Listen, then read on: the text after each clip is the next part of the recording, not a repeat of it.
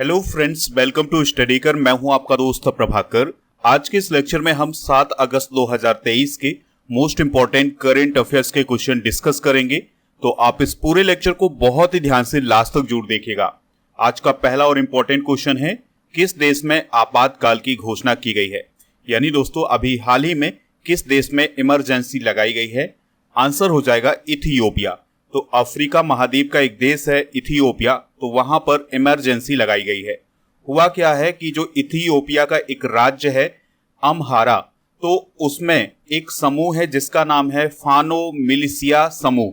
तो उसके बीच में और जो सेंट्रल फोर्सेस हैं उनके बीच में झड़प हो रही थी। तो इसी को देखते हुए अभी हाल ही में इथियोपिया में आपातकाल की घोषणा की गई है।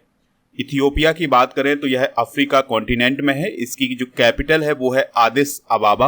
राष्ट्रपति हैं सहले काम जेवड़े और प्रधानमंत्री हैं अबी अहमद।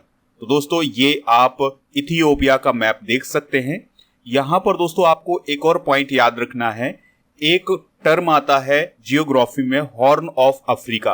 तो क्वेश्चन पूछ लिया जाता है कि हॉर्न ऑफ अफ्रीका के अंतर्गत कौन कौन से देश आते हैं। तो इसमें इथियोपिया, इरिट्रिया, सोमालिया और जिबूती आते हैं।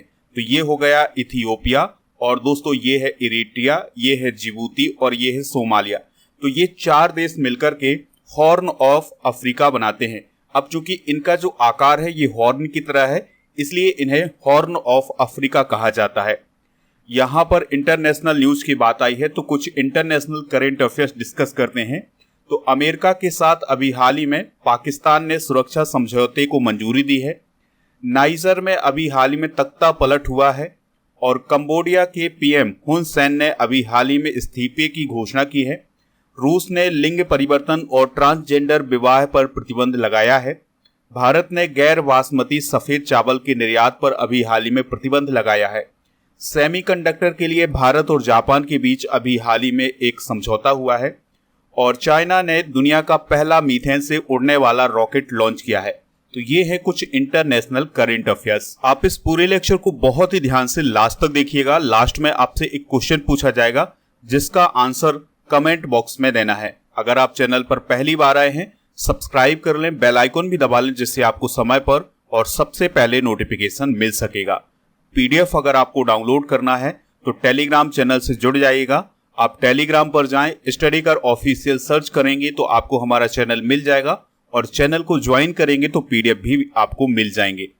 इसके अलावा हमारे ऐप पर भी पीडीएफ उपलब्ध है, तो ऐप को भी डाउनलोड कर लीजिएगा। लिंक इसका डिस्क्रिप्शन बॉक्स में दिया गया है। दोस्तों, अगर आपको लेक्चर पसंद आता है तो आप इसे लाइक करें, शेयर करें सभी दोस्तों को सभी सोशल मीडिया प्लेटफॉर्म पर। तो अगला क्वेश्चन है, शुभ यात्रा योजना किस राज्य में शुरू की गई है। आंसर है इसका केरल। तो केरल सरकार के द्वारा अभी हाल ही में शुभ यात्रा योजना शुरू की गई है। दोस्तों, यह योजना उन लोगों के लिए शुरू की गई है जो विदेश कमाने के लिए जाते हैं। तो उन लोगों को वित्तीय सहायता प्रदान करने के लिए यह योजना शुरू की गई है। तो इस योजना के अंतर्गत 2 लाख तक की वित्तीय सहायता प्रदान की जाएगी, यानी एक प्रकार से लोन दिया जाएगा। तो इस लोन में कुछ टैक्स में छूट भी होगी। इस प्रकार से बहुत सारी सुविधाएं दी गई हैं इस 2 लाख रुपए की वित्तीय सहायता में। तो यह योजना उन विदेशी प्रवासियों के लिए दी गई है जो विदेश में कमाने के लिए जाते हैं। दोस्तों, इस योजना का नाम जरूर याद रखिएगा। क्या नाम है इसका? शुभ यात्रा। केरल के जो मुख्यमंत्री है वो कौन है? पिनाराई विजयन, और आरिफ मोहम्मद खान यहाँ के गवर्नर हैं। दोस्तों, कुछ राज्यों की प्रमुख योजनाएं डिस्कस करते हैं। जैसे अभी हाल ही में शक्ति योजना कर्नाटक में शुरू की गई है, लाडली बहना योजना मध्य प्रदेश में, नंद बाबा दुग्ध मिशन योजना उत्तर प्रदेश में, आसरा पेंशन योजना तेलंगाना में है, अम्मा योजना और बात्सल योजना सिक्किम में शुरू की गई है, चिराग योजना हरियाणा में, अंडा और दूध योजना केरल में शुरू की गई है, और नारी को नमन योजना हिमाचल प्रदेश में शुरू की गई है। तो ये कुछ राज्यों की प्रमुख योजनाएं हैं। अगला क्वेश्चन है, यूक्रेन शांति वार्ता का आयोजन कहाँ किया गया है। आंसर हो जाएगा सऊदी अरब में। तो अभी हाल ही में यूक्रेन शांति वार्ता का आयोजन सऊदी अरब में किया गया है, और इस वार्ता में भारत ने भी हिस्सा लिया है। क्योंकि भारत को इनवाइट किया गया था, तो भारत ने भी इसमें हिस्सा लिया है। और भारत की तरफ से जो राष्ट्रीय सुरक्षा सलाहकार है अजीत डोभाल जी, वो इसमें शामिल हुए थे। तो दोस्तों, जो यूक्रेन शांति वार्ता है ये 5 और 6 अगस्त को आयोजित की गई है सऊदी अरब के जिद्दाह शहर में। किस शहर में दोस्तों? जिद्दाह शहर में। तो ये क्वेश्चन जो है इंपॉर्टेंट हो जाता है, थोड़ा सा आप इसको नोट कर सकते हैं। दोस्तों, जो यूक्रेन के राष्ट्रपति हैं वोलोदोमिर जेलेंस्की, तो उनके द्वारा शांति के लिए 10 सूत्रीय शांति योजना बनाई गई है, यानी 10 मांगे रखी गई हैं, 10 एजेंडा रखे गए हैं जिन पर वो चाहते हैं कि शांति स्थापित हो, क्योंकि यूक्रेन का रसिया से बाहर हो रहा है, तो वो चाहते हैं कि शांति स्थापित हो। तो उसके लिए उन्होंने 10 सूत्रीय एजेंडा उन्होंने रखा है, योजना बनाई है। तो उसी पर चर्चा करने के लिए कुछ देशों को आमंत्रित किया गया था, तो इसमें भारत भी शामिल हुआ था और भारत की तरफ से अजीत डोभाल जी शामिल हुए थे। तो भारत के विदेश मंत्रालय ने ये कहा है कि भारत यूक्रेन संकट के शांतिपूर्ण समाधान का समर्थन करता है, यानी कि भारत का कहना ये है कि जो यूक्रेन और रूस के बीच में युद्ध हो रहा है वो उसका शांतिपूर्ण तरीके से समाधान हो जाए, भारत इसी के पक्ष में है। दोस्तों, यूक्रेन की बात आई है तो यूक्रेन जो है ये पूर्वी यूरोप का एक देश है, ये आप देख सकते हैं। कैपिटल इसकी कीव है, राष्ट्रपति हैं वोलोदिमिर जेलेंस्की, प्रधानमंत्री हैं इसके डेनिस शिमहाल। तो ये कुछ इंपॉर्टेंट पॉइंट हैं यूक्रेन से रिलेटेड। अगला प्रश्न है, राष्ट्रीय हथकरघा दिवस 2023 कब मनाया गया है? आंसर हो जाएगा 7 अगस्त को। तो हर साल 7 अगस्त को राष्ट्रीय हथकरघा दिवस मनाया जाता है या नेशनल हैंडलूम डे मनाया जाता है। दोस्तों, यह 1905 में स्वदेशी आंदोलन की शुरुआत की याद में मनाया जाता है। देखिए, आप यहाँ पर बहुत ही ध्यान से समझिएगा, 1905 हमारी हिस्ट्री में बहुत इंपॉर्टेंट है। 1905 में बंगाल विभाजन हुआ था, लॉर्ड कर्जन के द्वारा करवाया गया था। तो जुलाई में ये बंगाल विभाजन हुआ और फिर इसके बाद जैसे ही बंगाल विभाजन हुआ उसके बाद देश में आंदोलन शुरू हो गए थे। तो उसी दौरान एक आंदोलन शुरू हुआ था जिसका नाम था स्वदेशी आंदोलन। इसके दौरान ये किया गया कि विदेशी वस्तुओं का बहिष्कार किया गया और स्वदेशी वस्तुओं को अपनाने के लिए आग्रह किया गया, यानी लोगों से ये कहा गया कि जो विदेशी वस्तुएं हैं, जो अंग्रेजों के द्वारा बेची जा रही है हमारे देश में वस्तुएं हैं, उनका बहिष्कार किया जाए और जो स्वदेशी वस्तुएं हैं, यानी कि जो अपने देश में बनाई जा रही हैं, उन वस्तुओं को अपनाया जाए। तो इस प्रकार का जो आंदोलन चलाया गया था उसे बोला गया था स्वदेशी आंदोलन, जो कि 1905 में शुरू हुआ था। तो इसी की शुरुआत के लिए यह दिवस मनाया जाता है। तो भारत सरकार के द्वारा 2015 में इस दिवस को मनाने की घोषणा की गई थी। तो पहला जो दिवस है राष्ट्रीय हथकरघा दिवस, ये 2015 में मनाया गया था। नेक्स्ट क्वेश्चन है, किस भारतीय कंपनी ने फॉर्च्यून ग्लोबल 500 सूची में अपनी सर्वश्रेष्ठ रैंकिंग हासिल की है? आंसर हो जाएगा रिलायंस इंडस्ट्रीज लिमिटेड। तो दोस्तों, फॉर्च्यून ग्लोबल 500 सूची का मतलब ये है कि 500 कंपनियों की सूची जारी की गई है जो सर्वश्रेष्ठ कंपनियां हैं। उसमें रिलायंस इंडस्ट्रीज ने अपनी सर्वश्रेष्ठ रैंकिंग हासिल की है और इस सूची में रिलायंस इंडस्ट्रीज लिमिटेड ने 88वां स्थान हासिल किया है, जबकि 2022 में इसने 104वां स्थान हासिल किया था। दोस्तों, रिलायंस इंडस्ट्रीज लिमिटेड के अलावा इस 500 की सूची में कुछ और कंपनियां शामिल हैं जो कि भारतीय कंपनियां हैं। तो उसमें LIC का नाम है, इसका 107वां स्थान है। इंडियन ऑयल कॉरपोरेशन का 94वां स्थान है। टाटा मोटर्स का 337वां स्थान है। राजेश एक्सपोर्ट्स का 253वां स्थान है। ONGC का 158वां स्थान है। BPCL का 233वां स्थान है और SBI का 235वां स्थान है। अब यहाँ पर रैंकिंग की बात आई है तो कुछ रैंक डिस्कस करते हैं। तो अभी जुलाई 2023 में हेनेले पासपोर्ट इंडेक्स जारी किया गया था, उसमें भारत की रैंक 80 है।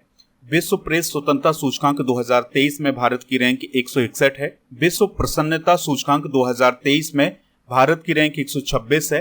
हेनेले पासपोर्ट इंडेक्स जो कि जनवरी 2023 में जारी किया गया था, उसमें भारत की रैंक 85 थी। ऊर्जा संक्रमण सूचकांक 2023 में 67वां स्थान है भारत का। चुनावी लोकतंत्र सूचकांक 2023 में 108वां स्थान है। वैश्विक जेंडर गैप रिपोर्ट 2023 में भारत का 127वां स्थान है। नेक्स्ट क्वेश्चन है, Subroto Mukherjee sports education society ने किसके साथ फुटबॉल को बढ़ावा देने के लिए समझौता किया है? आंसर हो जाएगा ऑल इंडिया फुटबॉल फेडरेशन के साथ। तो दोस्तों, यह जो समझौता किया गया है इसका उद्देश्य जमीनी स्तर पर फुटबॉल को बढ़ावा दिया जाए। बात करें अगर हम Subroto Mukherjee sports education society की, तो यह 1960 से सुब्रतो कप का आयोजन कर रहा है। सुब्रतो कप जो है फुटबॉल से रिलेटेड है, ये पॉइंट आप नोट कर लीजिएगा। फुटबॉल से रिलेटेड कुछ और कप डिस्कस करते हैं, जैसे Rovers Cup, Santosh Trophy, Durand Cup, Ashutosh Cup, Merdeka Cup. ये सभी फुटबॉल से रिलेटेड कप हैं। तो ये भी आप नोट कर लें।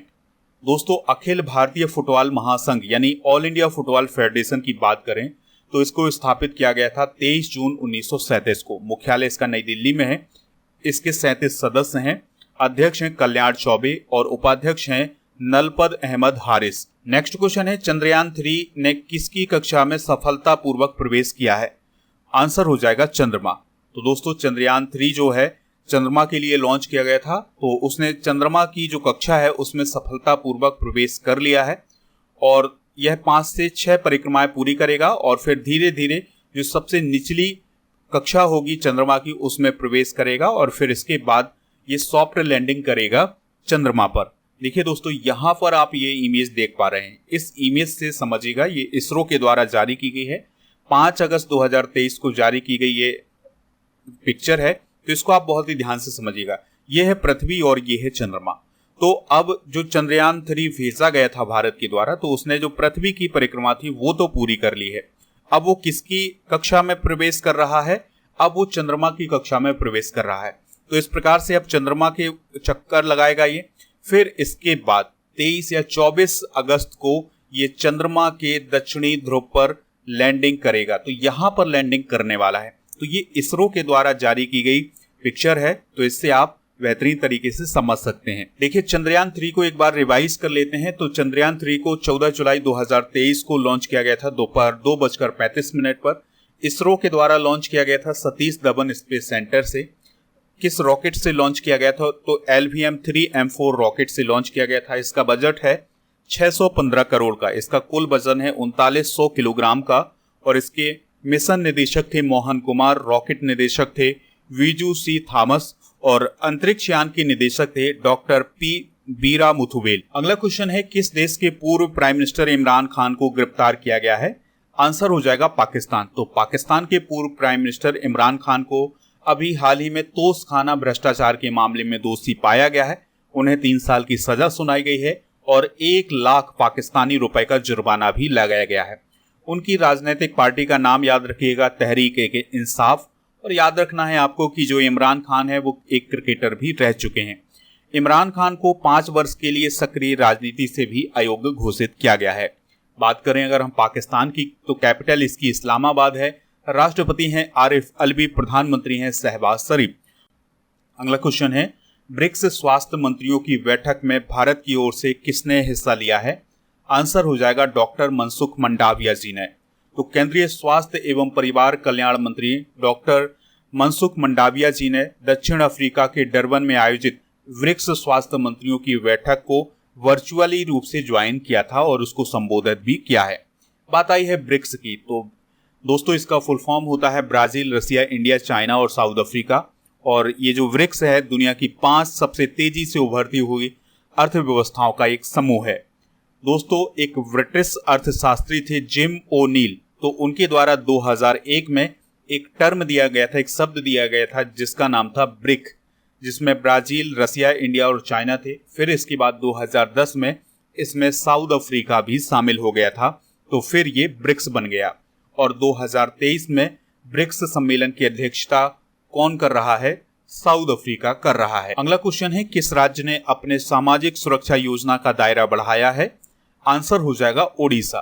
तो ओडिशा के द्वारा अभी हाल ही में अपनी सामाजिक सुरक्षा योजना का दायरा बढ़ाया गया है और इस योजना में असंगठित श्रमिकों को भी शामिल किया गया है। तो असंगठित श्रमिकों की जो 50 और श्रेणियों का विस्तार किया गया है, यानी कि असंगठित क्षेत्र की जो 50 श्रेणियां हैं वो भी इसमें शामिल की गई हैं, जैसे डिलीवरी बॉय हो गया, नाविक हो गया, फोटोग्राफर हो गया, इनको भी इसमें शामिल किया गया है। तो दोस्तों इस योजना का उद्देश्य ये है कि अगर आकस्मिक या प्राकृतिक मृत्यु होती है तो ऐसे मामले में राज्य सरकार के द्वारा वित्तीय सहायता प्रदान की जाएगी। नवीन पटनायक यहाँ के मुख्यमंत्री हैं, याद रखिएगा, और गणेशी लाल यहाँ के गवर्नर हैं। चलिए दोस्तों, कल के करंट अफेयर्स को रिवाइज करते हैं, फिर इसके बाद जनरल नॉलेज के पिटारे को डिस्कस करेंगे और लास्ट में आपसे एक क्वेश्चन पूछेंगे जिसका आंसर कमेंट बॉक्स में देना है। तो कल का पहला क्वेश्चन था, पुस्तकालय महोत्सव 2023 का उद्घाटन कहाँ किया गया है? नई दिल्ली में। अमृत भारत स्टेशन योजना के तहत केंद्र सरकार ने अपने पहले चरण में कितने स्टेशन को शामिल किया गया है? 508 स्टेशन को। किस राज्य में प्रतियोगी परीक्षा के पेपर लीक मामले में जुर्माना और कैद की सजा के लिए विधेयक पास किया गया है? झारखंड में। हिरोशिमा दिवस कब मनाया जाता है? 6 अगस्त को। केंद्र सरकार ने ऑयल इंडिया लिमिटेड को अपग्रेड करके किस रत्न का दर्जा दिया है? महारत्न कंपनी का। माइक्रोसॉफ्ट ने माइक्रोसॉफ्ट इंडिया और दक्षिण एशिया का नया कॉर्पोरेट वाइस प्रेसिडेंट किसे नियुक्त किया है? पुनीत चंदोक को। केंद्र सरकार ने लैपटॉप, टैबलेट और कंप्यूटर के आयात पर प्रतिबंध को कब तक के लिए टाल दिया है? 31 अक्टूबर तक के लिए। किस देश के खिलाड़ी एलेक्स हेल ने इंटरनेशनल क्रिकेट से रिटायरमेंट की घोषणा की है? इंग्लैंड के। नितिन चंद्रकांत देसाई का निधन हो गया है। वह कौन थे? तो वह एक कला निर्देशक थे। भारत के किस पड़ोसी देश ने अमेरिका के साथ सुरक्षा समझौते को मंजूरी दी है? तो ये मंजूरी दी है पाकिस्तान ने। दोस्तों, आज के जनरल नॉलेज में हम विश्व के प्रमुख संगठन और उनके मुख्यालय डिस्कस करेंगे। तो जो फेमस संगठन है उनके मुख्यालय तो आपको याद रहते हैं, लेकिन कुछ ऐसे संगठन डिस्कस करेंगे जिनके मुख्यालय आपको याद नहीं रहते हैं। जैसे संयुक्त राष्ट्र औद्योगिक विकास संगठन का मुख्यालय कहाँ है? वियना में है। संयुक्त राष्ट्र व्यापार एवं विकास सम्मेलन का जो मुख्यालय है वो जेनेवा में है। और विश्व वन्यजीव संरक्षण कोष यानी WWF का जो मुख्यालय है वो ग्लांड, स्विट्जरलैंड में है। अंतर्राष्ट्रीय ओलंपिक कमेटी यानी IOC का मुख्यालय लुसाने, स्विट्जरलैंड में है। यूरोपीय कॉमन मार्केट यानी ECM का मुख्यालय जेनेवा, स्विट्जरलैंड में है। इसके अलावा राष्ट्रमंडलीय राष्ट्राध्यक्ष सम्मेलन का जो मुख्यालय है वो स्ट्रासबर्ग में है। पेट्रोलियम उत्पादक देशों का संगठन जिसे ओपेक बोला जाता है, तो इसका जो मुख्यालय वो है वियना में। आर्थिक सहयोग और विकास संगठन का जो मुख्यालय है वो पेरिस में है। तो ये दोस्तों प्रमुख संगठनों के मुख्यालय हैं। कल के करंट अफेयर्स में जो क्वेश्चन पूछा गया था उसका आंसर था नई दिल्ली। तो लगभग सभी लोगों ने इसका आंसर दिया हुआ है। कल क्वेश्चन पूछा गया था पुस्तकालय महोत्सव का उद्घाटन कहाँ किया गया है? तो इसका उद्घाटन नई दिल्ली में किया गया है। दोस्तों, इसी प्रकार से आपको आंसर देना है और जो भी क्वेश्चन पूछा जाए उसका आंसर आप कमेंट बॉक्स में जरूर दीजिएगा। और आज का क्वेश्चन है, शुभ यात्रा योजना किस राज्य में शुरू की गई है? तो जो भी इसका राइट आंसर हो कमेंट बॉक्स में जरूर बताइएगा। हमें इंतजार रहेगा आपके आंसर का। मिलते हैं नेक्स्ट लेक्चर में, तब तक के लिए जय हिंद, वंदे मातरम।